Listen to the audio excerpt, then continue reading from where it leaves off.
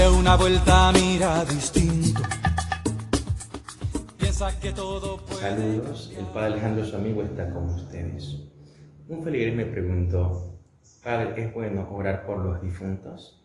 Porque el muerto está. En esta vida se gana o el cielo o el infierno. ¿Por qué la Iglesia nos pide orar por los difuntos? La Iglesia pide que oremos por los difuntos porque eso es lo que el Señor Jesús nos pide a nosotros. Cuando dice amar al prójimo como a nosotros mismos, también nos invoca a nosotros a orar por vivos y por los difuntos. En la Biblia nos habla de los dos juicios, el juicio particular y el juicio final. ¿Cuál es el juicio particular? Cuando morimos en esta vida. El alma, que es la parte semejante a Dios, la parte que no muere, tiene tres opciones. Primera opción, el cielo, que es para las personas que han hecho la voluntad de Dios. Segundo, el infierno, inferos, que es la palabra latina que significa no ver a Dios, para aquellas almas de aquellas personas que en la vida terrenal hicieron caso omiso a las indicaciones de Dios y no creyeron en Él y no creyeron en la salvación. Pero existe una tercera opción, el purgatorio, que es un tema que muchas veces es polémico. ¿Qué es el purgatorio? ¿Sí? El purgatorio es el estado en el cual las almas se van purificando hasta cuando venga el juicio final, donde solamente van a haber dos opciones, el cielo o el infierno. Porque los que están en el estado del purgatorio irán ya al encuentro con Dios. Por eso es importante recordar que el purgatorio es un estado temporal, es decir, por un tiempo indeterminado que no sabemos cuándo, pero lo que sí sabemos que es hasta que llegue el juicio final. Entonces, en ese momento, esa alma se purifica y se limpia para que pueda encontrarse con su Creador en el momento del juicio final. Entonces, aquí siempre existen unas preguntas con respecto al purgatorio, ¿sí? Y me decía una persona, me dice, pero Padre, ¿y si esa persona ha hecho mucho mal y al final, como el buen ladrón, entre comillas, buen ladrón, ¿no?, lo defendió Jesús y salvó su alma, porque esa persona se fue al cielo, al paraíso? Ese es el detalle cuando Jesús habla que esa persona hoy conmigo estará en el paraíso, pero para entrar al paraíso tiene que entrar a un estado de purificación y ahí entra el purgatorio, porque mucha gente todavía cree en eso. No, yo voy a ser como el buen ladrón, que voy a divertir mi vida porque la vida es una sola y cuando ya me llegue la muerte, una enfermedad muy grave, ahí sí, llámame al sacerdote para que me ponga la unción, para que me hasta que me case también en ese instante, en ese momento, porque ahora sí quiero entrar en el reino de los cielos. Cuidado, cuidado con esos pensamientos, porque ese pensamiento no es cristiano. Porque ni tú ni yo sabemos el día ni la hora en que vamos a morir.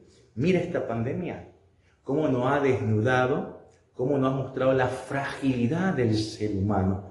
Un ser humano que estaba sin Dios, un ser humano que ya no quería saber nada de lo que es la iglesia.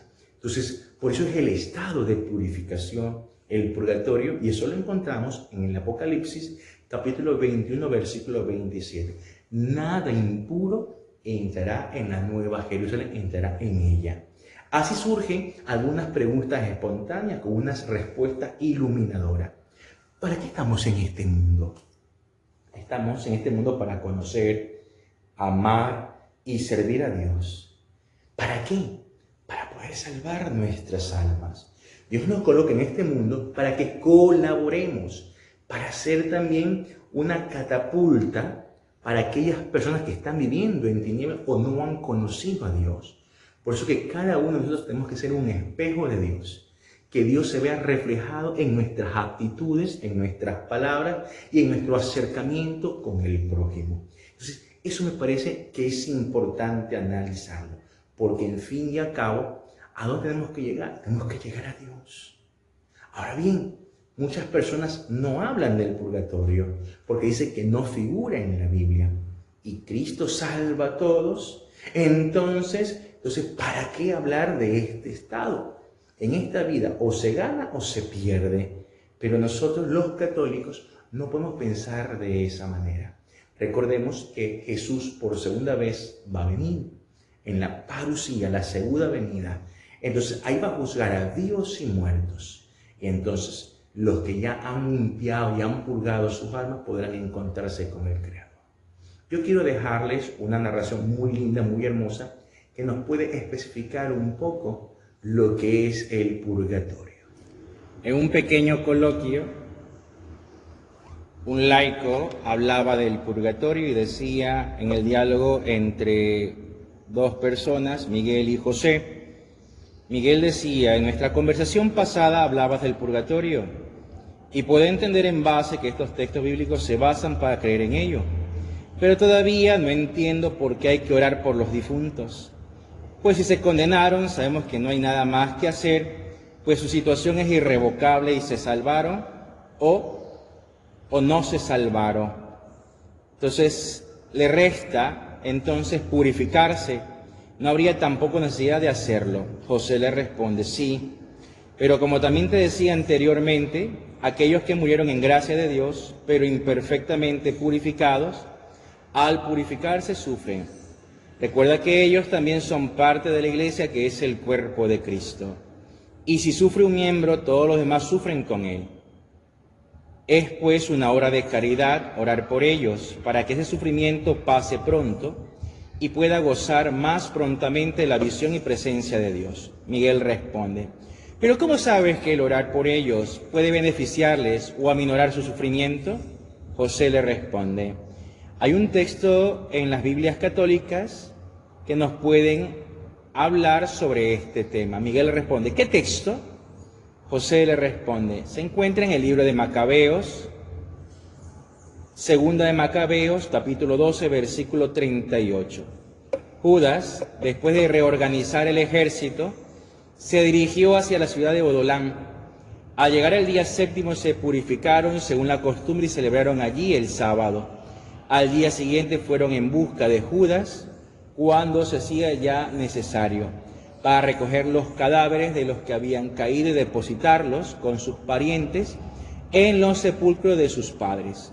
Entonces encontraron bajo la túnica de cada uno de los muertos objetos consagrados a los ídolos de Yamnia, que la ley prohibía a los judíos. Fue entonces evidente para todos que por motivo habían sucumbido aquellos hombres. Bendijeron, pues, todas las obras del Señor, juez justo, que manifiesta las cosas ocultas, y pasaron a la súplica, rogando que quedara completamente borrado el pecado cometido.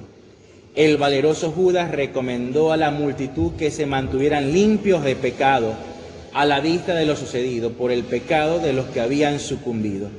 Después de haber reunido entre sus hombres cerca de 2000 dracmas, las mandó a Jerusalén para ofrecer un sacrificio por el pecado, obrando muy hermosa y noblemente, pensando en la resurrección.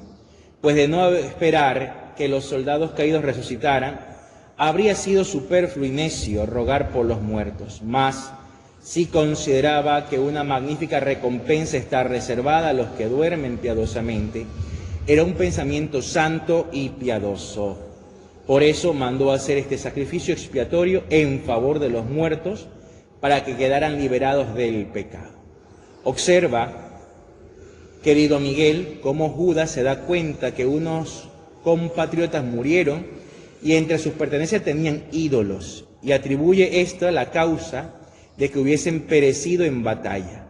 Ya en ese entonces estaba revelado que los muertos resucitarían, por lo que el líder macabeo manda ofrecer sacrificios por el perdón de sus pecados. Y el texto lo describe como un pensamiento santo y piadoso.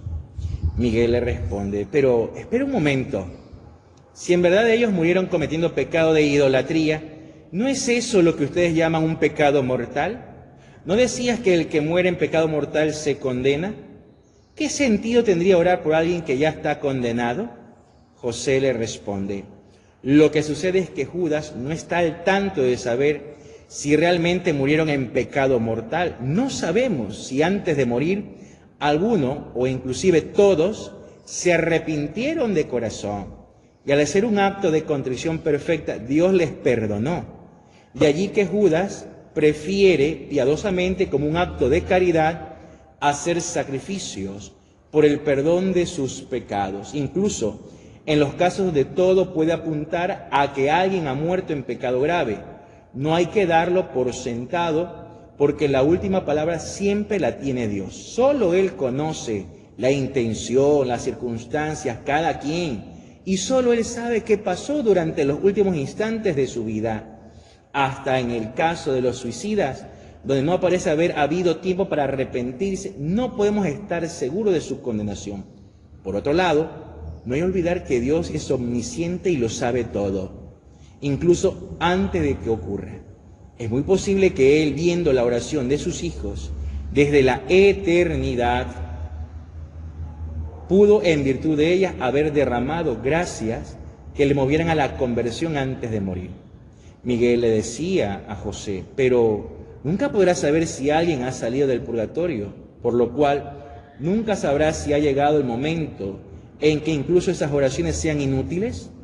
José le responde: aunque no lo sabemos, sigue siendo una obra de caridad y un acto piadoso orar por ellos, porque es mejor orar por alguien sin que lo necesite que el que lo necesite y que no se ore por él. Por supuesto, este texto de los Macabeos no encontramos un fundamento explícito para el purgatorio, pero sí nos revela que las oraciones por el eterno descanso de los difuntos no solo son agradables a Dios, sino que pueden ayudarles. Y como tú has dicho, si ya están en el cielo, no necesitarían ayuda. Y si se condenaron, no habría cómo ayudarles. Allí tienes otro texto bíblico que alude de manera implícita la doctrina del purgatorio. Por eso, hijitos míos, la necesidad de orar por nuestros familiares y amigos que han partido al encuentro con Dios. Y les invito, junto a nuestra Madre la Virgen de Cisne, a hacer esta oración maravillosa de Papa Francisco por los difuntos. Dios de infinita misericordia, confiamos en tu inmensa bondad a cuantos han dejado este mundo para la eternidad, donde tú esperas a toda la humanidad redimida por la sangre preciosa de Jesucristo, muerto en rescate por nuestros pecados. No mires, Señor, tantas pobrezas, miseria y debilidades humanas, con las que nos presentaremos ante el tribunal para ser juzgados para la felicidad o la condena. Míranos con la mirada piadosa que nace de la ternura de tu corazón y ayúdanos a caminar en el camino de una completa purificación. Que ninguno de tus hijos se pierda en el fuego eterno, donde ya no puede haber arrepentimiento. Te confiamos, Señor, las almas de nuestros seres queridos y de las personas que han muerto sin el consuelo sacramental o no se han tenido de manera de arrepentirse, ni siquiera al final de su vida. Que nadie tenga el temor de encontrarte después de la peregrinación terrenal, en la esperanza de ser acogidos en los brazos de la infinita misericordia. La hermana muerte corporal nos encuentre vigilante en la oración y llenos de todo bien. Recogido en nuestra breve o larga existencia, Señor, que nada nos aleje de ti en esta tierra, sino que en todo nos sostenga en el ardiente deseo de reposar serena y eternamente. Amén. Dale, Señor, el descanso eterno, y brillen para ellos la luz perpetua.